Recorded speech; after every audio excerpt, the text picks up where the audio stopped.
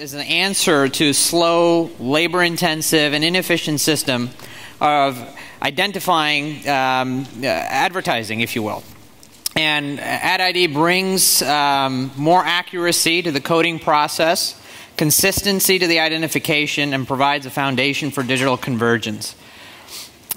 Frankly, its use is also critical to finance and procurement. So with that, we've got Gary Lee from AdID, who's a consultant who's going to give us more information. Thanks, Gary. Thank you. All right. I'm up here usually talking about numbers, but those numbers are usually overhead rates, profit margins, and multipliers. Today I'm going to talk very simply about a very simple number. In fact, more than a number, it's a digital identification system. And imagine, if you will, you create an ad that costs, $200,000 up to $2 million. You send that ad into the world in order to move market share, in order to convince people to buy, in order to do something significant to build a brand.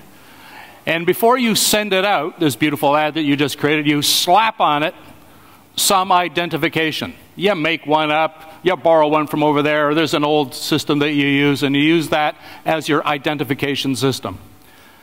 So this number, if done properly, which it is not, can help change our advertising world. So I went to my good friend Bill Duggan and said, Bill, I'd like to get on the agenda. And after his eyes rolled and he fell on the floor and said, not another damn AdID presentation, I said, no, I'll make this one fun and whatever. So he agreed and he gave me 15 minutes to talk. Now, I didn't realize it was just before coffee and everybody's going to be so desperate to get out of here. But anyway, I'm grateful for the 15, which, by the way, he then acquiesced a little further and gave me a little bit more time. So thank you, Bill. Thank you for the 20 or so minutes that I have. I am going to hopefully convince you during this presentation to make the cheapest, smartest digital investment that you're ever likely to make. And that's AdID. Now, AdID is the widely accepted identification system that we should all be using. We use it a lot. We don't use it entirely. We were over at NBC months ago talking to them about how ads are received by them and how they take them and they get them on air and how they make sure they get across platforms and all their media properties. And they were complaining about some ads and how they are received and what they look like. And one, they gave us an example of something called Donut 15. All right, you're all working at NBC. What's Donut 15? Phone rings. Do you have my ad, Donut 15? Where is it? Is it going to show up on time? What's Donut 15? Well, you think it's an ad for, I don't know, Dunkin' Donuts, Krispy Kreme. No, it's actually a car ad. A car ad that got labeled that way. So imagine, I'm in a room full now of procurement people and advertising CFOs who spend great amounts of time duking it out to carve out another point of margin, to carve out another point of overhead rates, to just beat the hell out of each other for these little bits. And we can't clean up our own advertising ecosystem, and we waste billions of dollars at it, and we can do something about it. So AdID is one of the key solutions to this whole thing. And we do mean billions. So, do we live in an efficient world? Well, of course, we send out these ads and we slap these different codes on and so on, and everybody likes to use their own. Makes people happy. So do we have an efficient ad ecosystem? No. One ad asset, a TV ad, a radio ad, a digital ad, could have up to 100 names.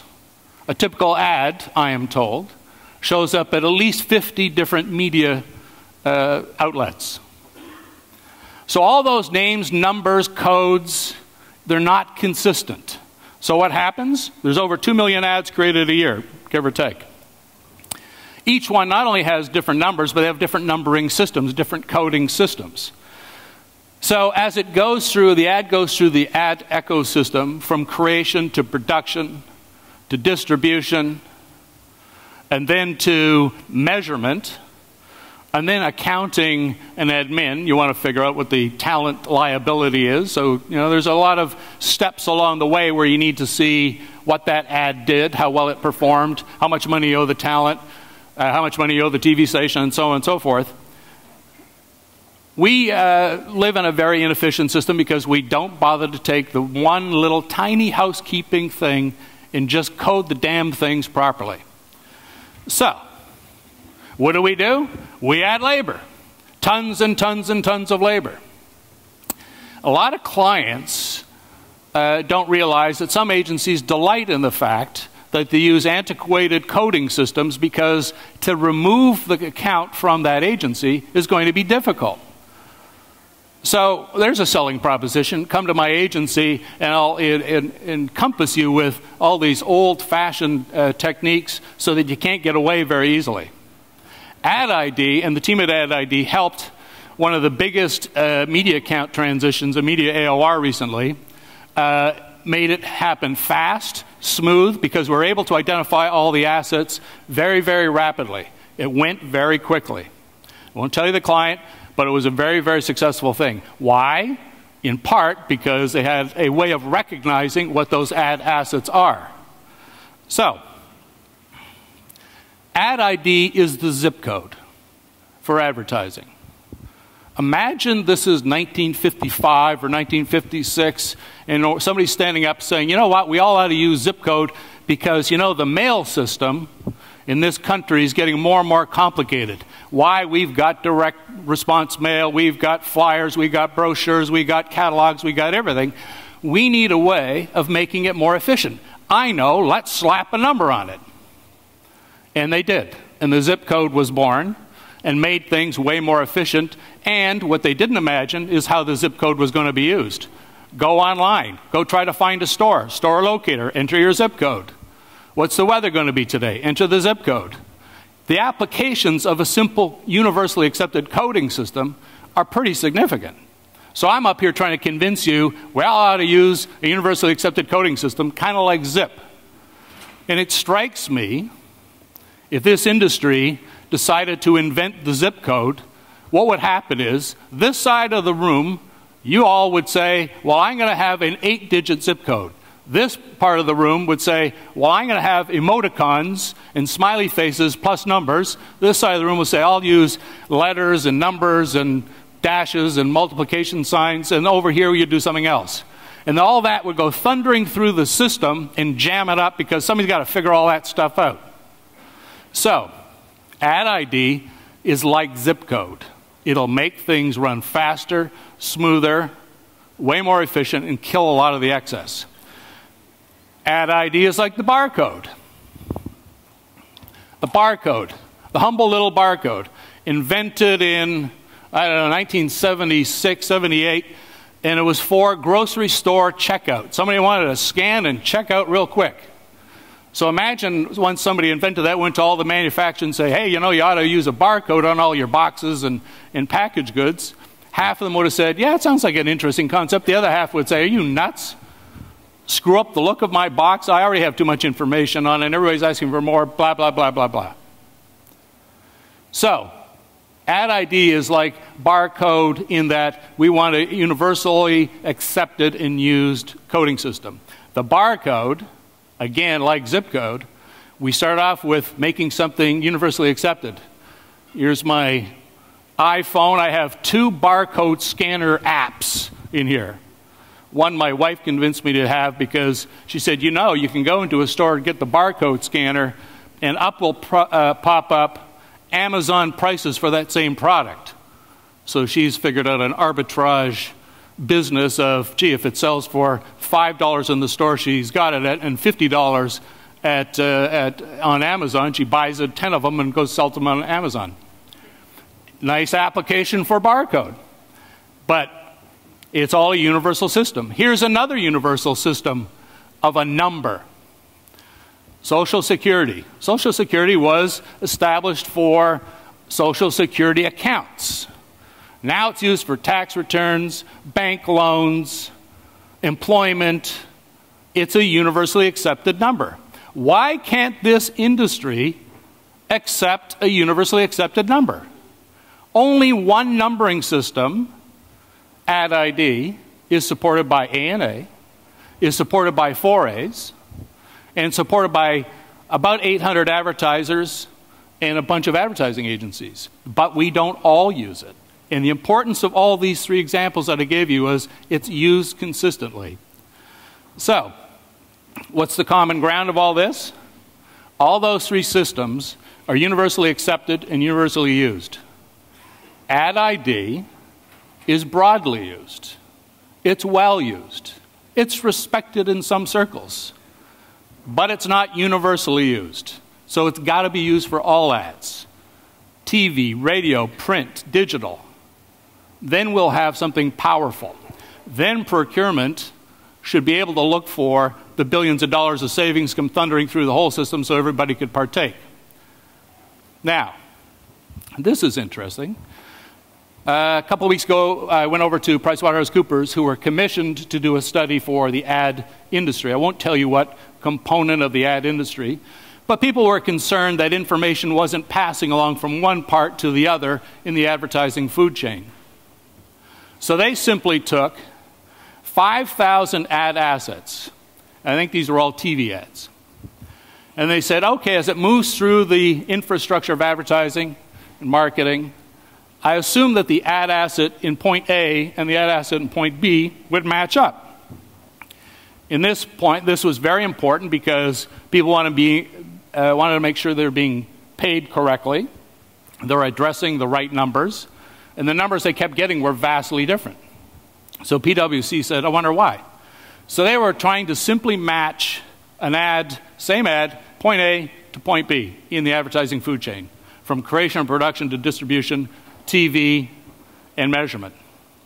They found a 30% error rate.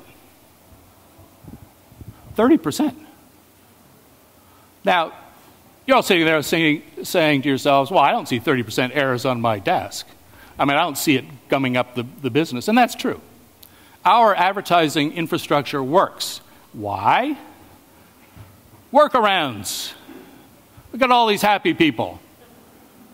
They're all being paid fees. Procurement has a tendency of kind of overlooking this, I think. You should be focusing on helping to drive the knowledge of trying to get some of this expensive, labor-intensive, old-fashioned ways of behaving in our industry out of here. Throwing labor at old antiquated problems is not the way to go. So, I think if the world was a better place, you might look something like this. Imagine things moved this way in our industry.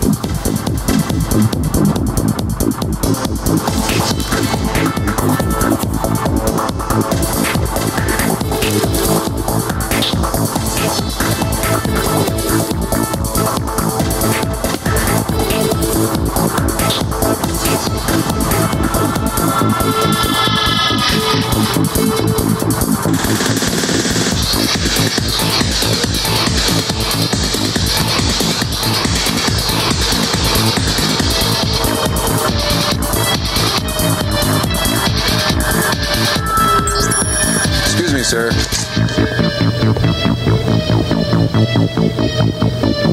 Forgot your receipt. Checkout lines. Who needs them? Have a nice day. This is the future of e-business. The way our industry works right now isn't like that. It should be like that. We all pride ourselves on being digital and technologically advanced and looking for the newest thing, yet the plumbing in our industry is old-fashioned. It doesn't work this way. So there's a huge movement afoot. It's going to take us over. So we're either going to change or be left behind. And I love this Nipper the dog metaphor, listening to the old RCA Victrola or in this case, he's even out of touch because he's got an iPod. But that's kind of where we are. We either have to get with it or it's just going to crushingly leave us behind. And I think part of it's going to be clients pushing forward and agencies pushing forward. Now, who, therefore, is for all of this ad ID change? All right, it's not clicking forward. Help. And while they're doing this, it's not moving forward. Oh, here we go. Before I do this, no, never mind. I won't tell this joke. I'll tell it later. So who's all for this ad ID system anyways? Well, we found support in the creation, production, distribution, in the media, strong support in the media, measurement, talent. Everybody wants there to be a simpler way of being able to make sure we can identify the same damn ad asset that goes from point A to point B to point C, accurately, quickly, efficiently. I was recently, last week, at a meeting where the media measurement people gathered together, an industry group, in the room, ESPN, ABC, NBC, Group M, Kantar, Arbitron, Nielsen, other sorts of consultants and advisors, all trying to figure out how to improve the measurement and therefore the success of advertising. Would be a better way. So, first thing that goes up on the board, I'm not making this up, but it was convenient that this happened. First thing that goes up on the board that everybody in the room said we need a better way of identifying the ad assets. They put up ad ID as the first thing on the board. This is going to happen. We've got to keep pushing this. So everyone in the whole food chain's for it. Now, who's supporting it? ANA and 4As. This is the only ad identification system supported by ANA and 4As. ISKI is dead. Died long time ago. Hate to tell anybody. Funeral procession left about 5-6 years ago. Who else is for it? Workflow people. Professional organizations who are trying to improve the workflow in our industry. Engineers, cable, broadcast TV, network TV, digital people, interactive. We have 800 advertisers who use ad ID. 2/3 of the agencies, the coolest agencies, the biggest agencies use ad ID. The problem is you don't use it for everything. And you've got to be able to have this universally used and universally accepted and push this through because we need to have our own zip code. We need to have our own barcode. It makes total sense. So, who doesn't want it? So, often we like to gather around and we say, well, it's got to be that lady in the traffic department who's jamming things up because she doesn't want it. She likes her own system. Or there's a client who says, I like my own system. And that's the problem. Zip code doesn't allow for everybody to have their own zip number system. It's one system. And you all subscribe to it, you get your own number and you use that and life works really, really well. Same for barcode systems. Same for social security systems. They're commonly used. So we've got to figure out the ways of moving aside the roadblocks and getting this done. So here's another cool thing I found about ad ID. Procurement. You love your transparency. You love measurability and accountability, and don't we all? So upon working for ad ID, I realized something, a question I've asked every time I've been in an advertising business. And I was CFO of Ogilvy, I was the CFO of Y&R Worldwide, and I was CFO of McCann Worldwide. All of which means I can't hold a job, or I have a varied background. But I always ask the same damn question. How many ads did we do? That's a simple question. How many ads did we do? Not once, not in all those years, all those jobs, did anybody give me an answer. Not one time. So I get to work for Ad ID, do some consulting, I discover something. I discover the information is actually readily available, quickly, accurately. Well, I pick up the phone and I phone my friend, who shall remain nameless. So I said, Mike, you're a CFO of a big advertising agency, are you not? Yes, I am, he says. Well, that's good, Mike. Your biggest client, who also shall remain nameless, but was at the breakfast table this morning, and I told you I was going to use this story. And I said, how many ads do you think your biggest client did? He said, I don't know. I said, you know what? That's the same answer I've gotten for years and years and years. Well, I'm going to tell you. I'm going to tell you how many TV spots, 60-second, 30-second, 15-second, how many radio, how many print, how many digital ads you do. I'm going to tell you how many they did in 2010, 2009, 2008. I'm going to tell you trends. Oh, he says, that sounds kind of cool. And I said, you know, you can imagine what this might be used for. Say somebody wants to do, I don't know, a resourcing plan. Say somebody wants to convince a client that to do a lot of work, and they want to talk about value compensation. Or say somebody says, hey, you know, you're not doing as much, or there's been some scope creep or something. Here's some information you could use. It won't answer all your questions, but it's a hell of a powerful tool, I thought.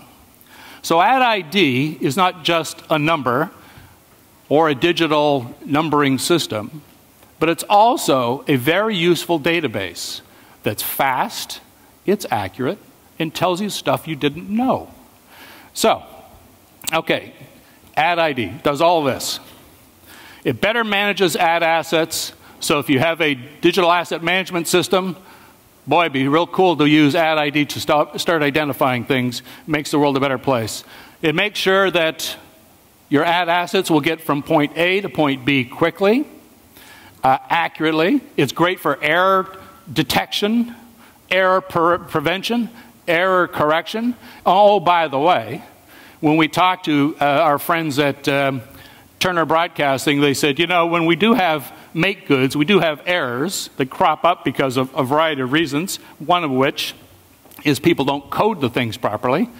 When you do a make good, you lose one revenue source because you're not going to get any cash for that. Two, you have to find an ad spot to replace it with, so you make good. And three, you had to take that spot away from somebody else who was going to use that spot, so they lose 3 times. One mistake. Imagine the money. So, I already talked about measurement. It's great for measurement. It's great for reporting. It's quick, and the reporting is confidential. It's done on an advertiser basis. And now we have developed something called the slate, so that when you put an ad code on, you can have the digital slate attach itself to the digital file, and as that goes through the ad ecosystem, it's affixed. All right. Those are the things it does that we know about today. Like zip codes, barcodes, social security numbers, imagine if we were living efficiently and we had done this and decided and agreed that we were going to use AdID as our universally accepted code. I think there's a lot more applications and a lot of good use that could come out of this.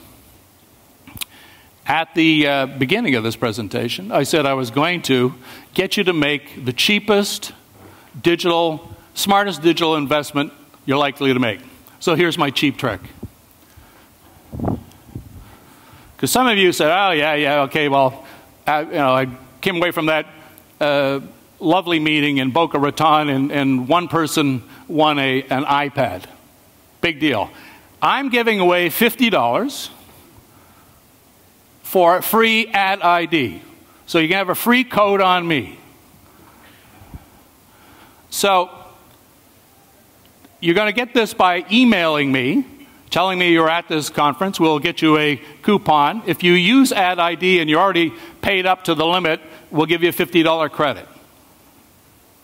And Mr. Roth, if we're programming the system correctly, hopefully we'll do all this quickly. But $50 credit for a free AdID. Okay. So here's what I want you to do. If you're a user of AdID, go home, make sure your agency, your business uses it 100% of the time. If you don't use it, sign up. Real simple. AdID. the fingerprint for all your advertising. It's unique, it works, it's widely accepted. If you're an advertiser, demand your agency use it. If you're an agency, demand that your client uses it. Well, let's get together on this. And demand the reports. I know most of you, even those who are familiar with AdID, don't know the reports exist, but they do. And they can be served up to you, delivered, discussed, in any issues that might crop up. We can start helping you with them. But it starts with you using the code. And use the coupon. It's free, damn it. $50, come on, nobody's going to win this damn iPad. I'm giving you $50. The hell? By the way, talk about, now I'll use my stupid joke. Listening to the jockey underwear value compensation. This has nothing to do with that idea, I just kind of like this concept. But I thought it would be kind of a cool idea if I went to a retail store, bought some jockey underwear, gave the price less their profit, wore the underwear for a year, and then mailed in the profit that I held back, provided I was happy with the product. I just want to make sure people are still out there. Has nothing to do with AdID, but I thought a little levity wouldn't hurt. Okay, enough with picking on jockey. I could have talked about Turkey as well and the investment opportunity there, or Indonesia, but I'm not going to do that. Okay, contact us, please. We want to hear from you. And you can send me an email, gary.lee@adid.org. This thing is the best thing since sliced ISKI codes. Truly, you've got to get on board. This agency's plumbing sucks. You have the ability to change it. This is the time. Don't wait for next year. Don't wait for next month. Do it now. You got $50 for Mr. Lee, Mr. Geller, Mr. Leodis, all trying to get you to do something that's important for the whole community, and it's worth billions. No bullshit, billions. Thank you very much.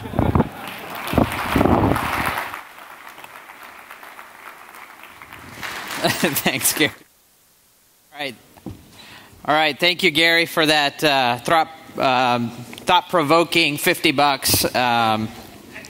So with that, I'm going to say a very important networking coffee break is here. Please make sure to visit our tabletop sponsors again, and we'll be back in here at 11:10.